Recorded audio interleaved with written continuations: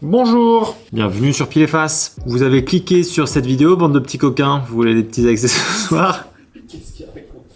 Vidéo traditionnelle que je fais souvent en fin d'année. C'est une vidéo qui vous plaît, je vais vous présenter quelques accessoires qui m'ont bien aidé tout au long de l'année. L'objectif c'est de vous présenter des accessoires qui vous sont utiles, je vais pas vous montrer des produits qui servent un peu à rien. Mais vous allez voir que je pense que dans le lot, il y en a que vous connaissez pas. En termes de prix, c'est un peu large, ça dépasse pas les 70 €, je crois que le maximum c'est à 70, mais ça reste des petits produits à 15-20 € qui peuvent être sympas pour se faire un petit cadeau, pour se faire plaisir, ou alors faire un cadeau à un vidéaste, ou alors juste avoir des trucs pour soi, ça fait plaisir aussi. On va aller voir l'accessoire numéro 1.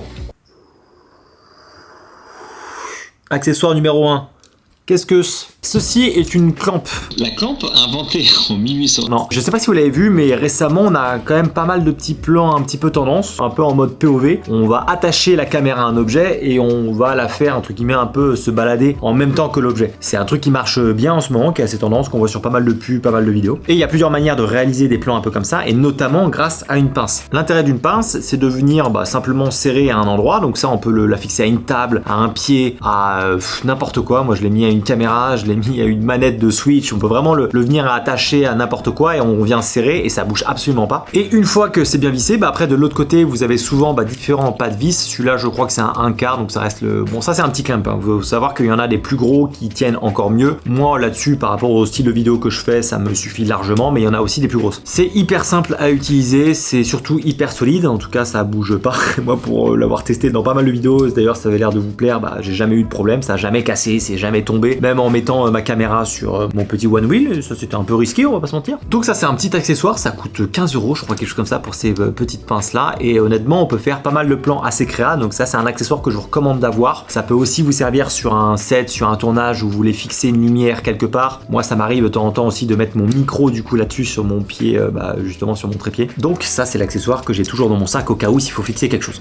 Accessoire numéro 2, ça va plaire à tous ceux qui passent des journées entières avec un stabilisateur. Si vous l'avez déjà fait, vous savez qu'à la fin, tu as les bras en compote de pommes, surtout quand tu as des petits bras maigrichons, comme un mec dans l'écran. Et pour t'aider à porter ce poids-là, tu as plusieurs options. Tu as un Easy Rig qui fonctionne bien, que j'ai pu tester aussi, mais qui n'est pas non plus le plus pratique pour filmer. Et Small Rig a sorti un accessoire que je trouve honnêtement pas mal et je voulais du coup vous en parler. En fait, c'est une sangle qu'on va venir attacher à notre stabilisateur et on va pouvoir prendre le stab un petit peu en mode bandoulière. Alors pour filmer, c'est pas non plus le truc le plus agréable. Par contre, ce qui est trop cool, c'est qu'une fois que tu as fini ton tournage, hop, tu peux le mettre sur le côté, un peu en bandoulière, et du coup, ça te permet d'enlever un peu le poids de ton stabilisateur. Alors, il pend un petit peu, hein, c'est pas le truc le plus non plus évident, mais au moins ça te permet de libérer tes mains et de reposer un petit peu ton corps quand tu es un peu claqué. En fait, on peut voir que là, on a deux points d'appui, un premier sur le bas du stab et ensuite l'autre qui est de l'autre côté. C'est une technique qui fonctionne bien, mais qui est pas non plus, je trouve, la plus évidente. Par contre, ce qu'a fait Small Rig, ce que je trouve pas mal du tout, c'est qu'ils vendent aussi soit avec ou séparément une poignée. Et sur cette poignée-là, on va pouvoir aussi connecter l'autre partie de la bandoulière. Donc là, on met notre poignée. Et sur le côté du stab, on a un petit bitonio pour venir le brancher, ce qui fait que maintenant, il est un peu mieux, on va dire, en bandoulière. Donc ça, je trouve que c'est assez pratique pour... je le trouve moins dérangeant pour filmer.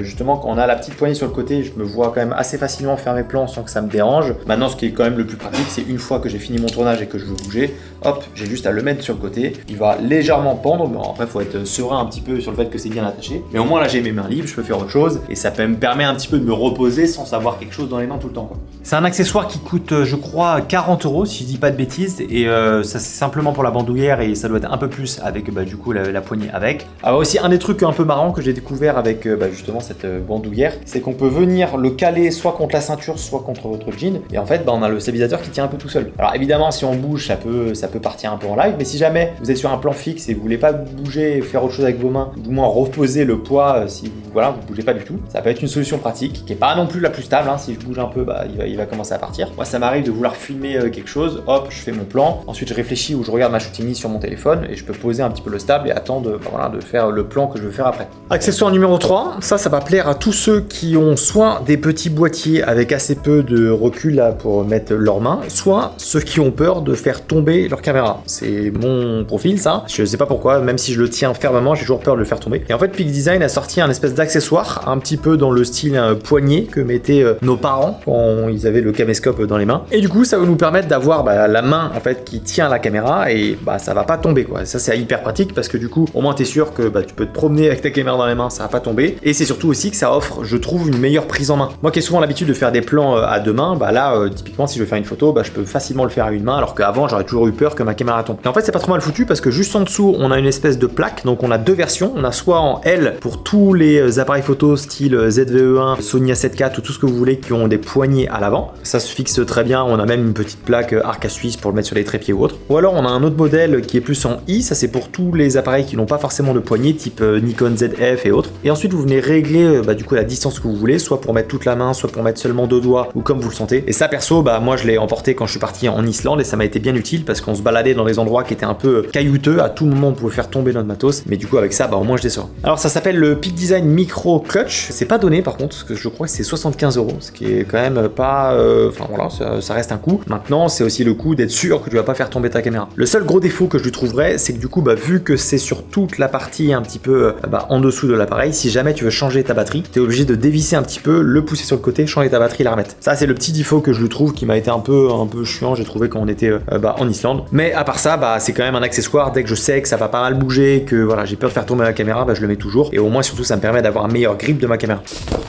Accessoire numéro 4, on va parler de sac de rangement. C'est le truc un peu con. Moi, j'avais tendance avant à tout mettre, tous mes câbles, toutes mes batteries dans mon sac un petit peu en bazar, si je peux me permettre le terme. Et du coup, depuis que j'ai acheté un espèce de sac de rangement, c'est un peu plus rangé. Donc ça, c'est une tech pouch de Pigitech, si je dis pas de bêtises. Et en fait, ce que j'aime bien surtout avec ce sac de rangement, c'est qu'on peut complètement l'étaler. Et en fait, j'avais d'autres sacs de rangement avant, et vous savez, on peut que l'ouvrir comme ça. Et du coup, le temps d'aller chercher, de mettre ta main dedans, c'est un peu chiant.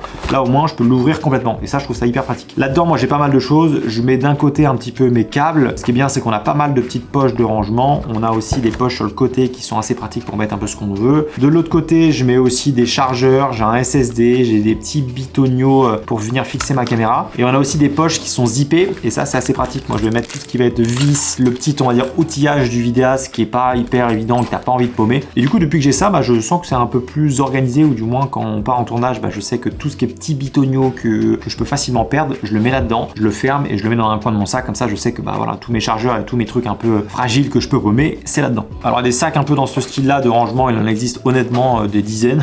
Moi, celui-là, c'est le Pigitech, je crois qu'il est à 50 €. C'est le Tech Pouch, si je dis pas de bêtises. Et honnêtement, ça suffit. Enfin, moi, je suis assez content, surtout que c'est assez...